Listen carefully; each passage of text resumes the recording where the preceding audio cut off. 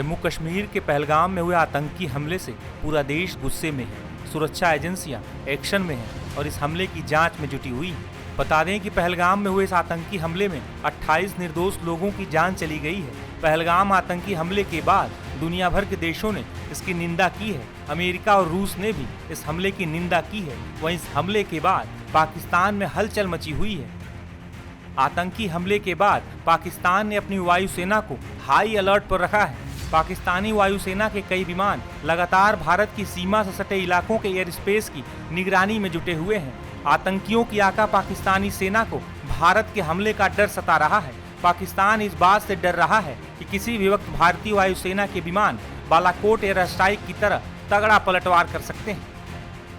Media reports के मुताबिक कराची स्थित साउदर्न एयर कमांड से कई पाकिस्तानी वायुसेना के विमान लाहौर और रावलपिंडी के पास उत्तरी ठिकानों की ओर रवाना हुए हैं। गौरतलब है कि ये एयरबेस भारत की उत्तरी सीमा के सबसे करीब माने जाते हैं। पहलगाम में हुए आतंकी हमले को लेकर रक्षा जानकारों का क्या कहना है, सुनिए। बड़ी दुखद घटना है, पर यह बड़ी पुरानी हरकत है। ये तो नई बात तो है नहीं, ये तो कब से होती आ रही है। और पहलगाम, अमरनाथ और ये जितने एरियाज हैं, यहाँ पे आतंकवादी बड़े आराम से आते हैं। क्यों आते हैं आराम से? क्योंकि इनके स्लीपर सेल्स हैं। यहाँ पर Jammu and Kashmir sleeper cell से भरा हुआ है। स्लीपर सेल्स कौन है?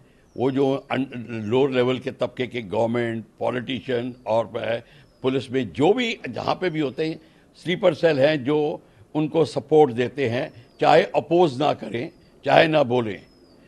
कश्मीरी पंडितों के घर में जो बैठे हुए हैं वो कौन है? तो एक तो स्लीपर सेल सारे हैं, और दूसरा आपका बॉर्डर खुला हुआ है।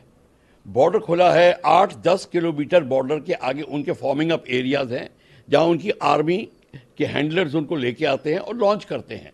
ये जब अंदर आ जाते हैं तो स्लीपर सेल्स उनको अकोमोडेट करते हैं, खाना पीना, एम्यूनेशन, पानी और डेली नीड की चीज़ें सब कुछ मिलती हैं उनको। फिर वो अपना काम को अंजाम देते हैं और गायब हो जाते हैं। और गायब होने के लिए आप हफ्ता महीने रहते हैं। और ये भी जो आए हैं, ये कल थोड़ी आए हैं, ये आराम से आए हैं, पहले आए हैं, रहे हैं। कहने का मतलब ये है कि हमारे को कुछ स्टेप्स लेने पड़ेंगे जो हमने नहीं लिए। 370 तो हटा दिया, रोशनी एक्ट इत्यादि इत्यादि सब कुछ हो गया। बहुत तरक्की हुई है और बहुत सारे कश्मीरी मुस्लिम तबके के लोग बड़े खुश हैं, भारत के साथ हैं। पर ये जो आतंकवादी हैं, ये रेडिकल एलिमेंट्स हैं। ये बाहर से आ रहे हैं। कौन? पाकिस्तान भेज रहा है, और पाकिस्तान इनको भेज रहा है भारत में उपद्रव करने के लिए, इम्बैलेंस, इंस्टेबिलिटी लाने के लिए। ये सारा काम उसको अंजाम दे रहे हैं और इसलिए आसानी से कर लेते हैं क्योंकि उनको सपोर्ट है। और फिर आपको इनकी इंटेलिजेंस, अब देखिए अब कितनी सतर्कता से हमने उनको घेर लिया है, ये कर लिया, सब कुछ कर लिया है। आने के टाइम क्यों नहीं किया? क्योंकि हमें पता नहीं था। इसलिए नहीं पता होता क्योंकि अब पूरी सिक्योरिटी फोर्सेस एक कमांड और कंट्रोल के अंडर में नहीं है। पुलिस फोर्सेस अलग है, पैरामिलिट्री फोर्सेस है, आर्मी अलग है। इनका कोऑर्डिनेशन नहीं है और नहीं के बराबर है। ये प्रॉब्लम है। सब बड़े एफिशिएंट है, इंटेलिजेंस आते भी है, पता नहीं चलता किसको दें किसको ना दें। ये प्रॉब्लम है। तो इसके कारण ये हुआ है। बिल्कुल ठीक है, अब उन्होंने कर लिया। हम उनको रोक सकते थे अगर हमारे पे इंटेलिजेंस होती। पर ये हुआ क्यों? आर्मी चीफ जो पाकिस्तान की, जिसने स्टेटमेंट दी थी, उसने वो चाहता है कि भारत के अंदर मुसलमानों और हिंदुओं में दरार पैदा और हो, और ताकि आगजनी हो। हम जो अलग हैं, वो तो खुद बोला था, और यहाँ तक कि बोल बैठा है गलती से, हमारा डीएनए भी अलग है। आई मीन टू से, मीनिंग दैट वे। उसको पता नहीं बेवकूफ़ इंसान को कि तुम यहीं पे कन्वर्ट होके गए हो, वहीं के हो, तुम कोई बाहर वाले नहीं हो, अरबस्तान से नहीं टपके। पर उनको कोई बताने वाला नहीं है। सर, ये हमला तब हुआ जब भारत में अमेरिका के उपराष्ट्रपति जेडी वांस की यात्रा चल रही है और प्रमुख जनरल असीम मुनीर का वो बयान, जिसके बारे में आप बता भी रहे थे, जिसमें उन्होंने कश्मीर को पाकिस्तान की शिरा कहा था। बिल्कुल अक्लमंद है वो आदमी, यही करेगा। अगर मैं होता तो यही तो करता। ऐसा मौका कहाँ मिलेगा? देखिए, दुश्मन को आप जब हैंडल कर रहे हैं तो दुश्मन की तरह सोच के करिए, ऐसा मौका कहाँ मिलेगा? और किया। और एक और चीज आप कहना भूल गए, वक्फ बोर्ड चल रहा का डिसएग्रीमेंट चल रहा है और हिंदू मुसलमानों के बीच में आग लगाने का काम उसने ही किया, इसीलिए ये समय ढूंढा। ये भी है ऐड। तो हम प्राइम मिनिस्टर, हमारे ये जो बाहर वाले जेडी वैंस आए हुए हैं और अब मौसम भी खुल गया है, ये सारा का सारा एक किस्म से उनको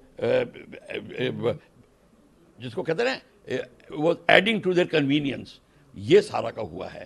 तो और मारने से पहले उन्होंने पता लगाया तुम हिंदू हो, कौन हो, नाम क्या है, अगर हिंदू हो तो मारा। एक दो को नहीं, बहुतों को करा उन्होंने। तो ये जो है ये फैल गई है बात। अब ये बात फैल गई है, ऑटोमेटिकली जो अच्छे तबके के मुसलमान जो more loyal to India than us वो हैं, उनको भी, उनके ऊपर भी लोग शक की नजर से देखेंगे, तो कश्मीर की प्रॉब्लम और इंक्रीज होगी। द रेजिस्टेंस फ्रंट ये नाम है इस आतंकवादी संगठन का, जो लश्कर तैयबा और हिजबुल मुजाहिदीन का एक ऑफशूट है। और इस टेररिस्ट ग्रुप ने ये घिनौनी हरकत आज पहलगाम में की हुई है। टूरिस्ट को इन्होंने टारगेट किया था। अब इससे ज्यादा गिरी हुई हरकत ये सिर्फ पाकिस्तान के ट्रेंड टेररिस्ट ही कर सकते हैं। अब इन्होंने यहां पर यह हरकत क्यों करी पहलगाम में? देखिए, जो साउथ कश्मीर में ये सारी आतंकवादी हमले होते थे, साउथ कश्मीर में अभी तरक्की हो गई है और साउथ कश्मीर काफी अभी सेफ है, लोगों ने अपनाया है। लेकिन अब ये जम्मू की तरफ आ गए हैं आतंकवादी, और ये जम्मू की तरफ में बहुत सारी आतंकवादी घटनाओं को अंजाम दे रहे हैं। तो कहीं ना कहीं इनको ये समझ में आ गया कि कश्मीर में अभी ये पॉसिबल नहीं है, तो ये लोग जम्मू की तरफ इन्होंने अपना रुख मोड़ा है। एब्रोगेशन आर्टिकल 370 के बाद इन आतंकवादियों को एक डेंट बनाना था इस एब्रोगेशन के बाद, क्योंकि उन्हें ये पता चला कि कश्मीर ये तरक्की कर रहा है, कश्मीर में व्यापारी लोग आ रहे हैं और कश्मीर के जो नागरिक हैं उनको एम्प्लॉयमेंट मिल रहा है। तो ये कैसे हो सकता है? हमारे मंसूबे तो सफल होने चाहिए, ऐसे आतंकवादियों को पाकिस्तान को लगेगा।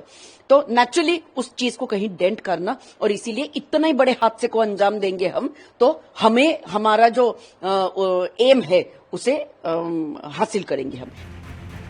गौरतलब है कि पाकिस्तानी सेना और खुफिया एजेंसी ISI के आतंकी संगठनों के साथ साठगांठ किसी से छिपी नहीं है।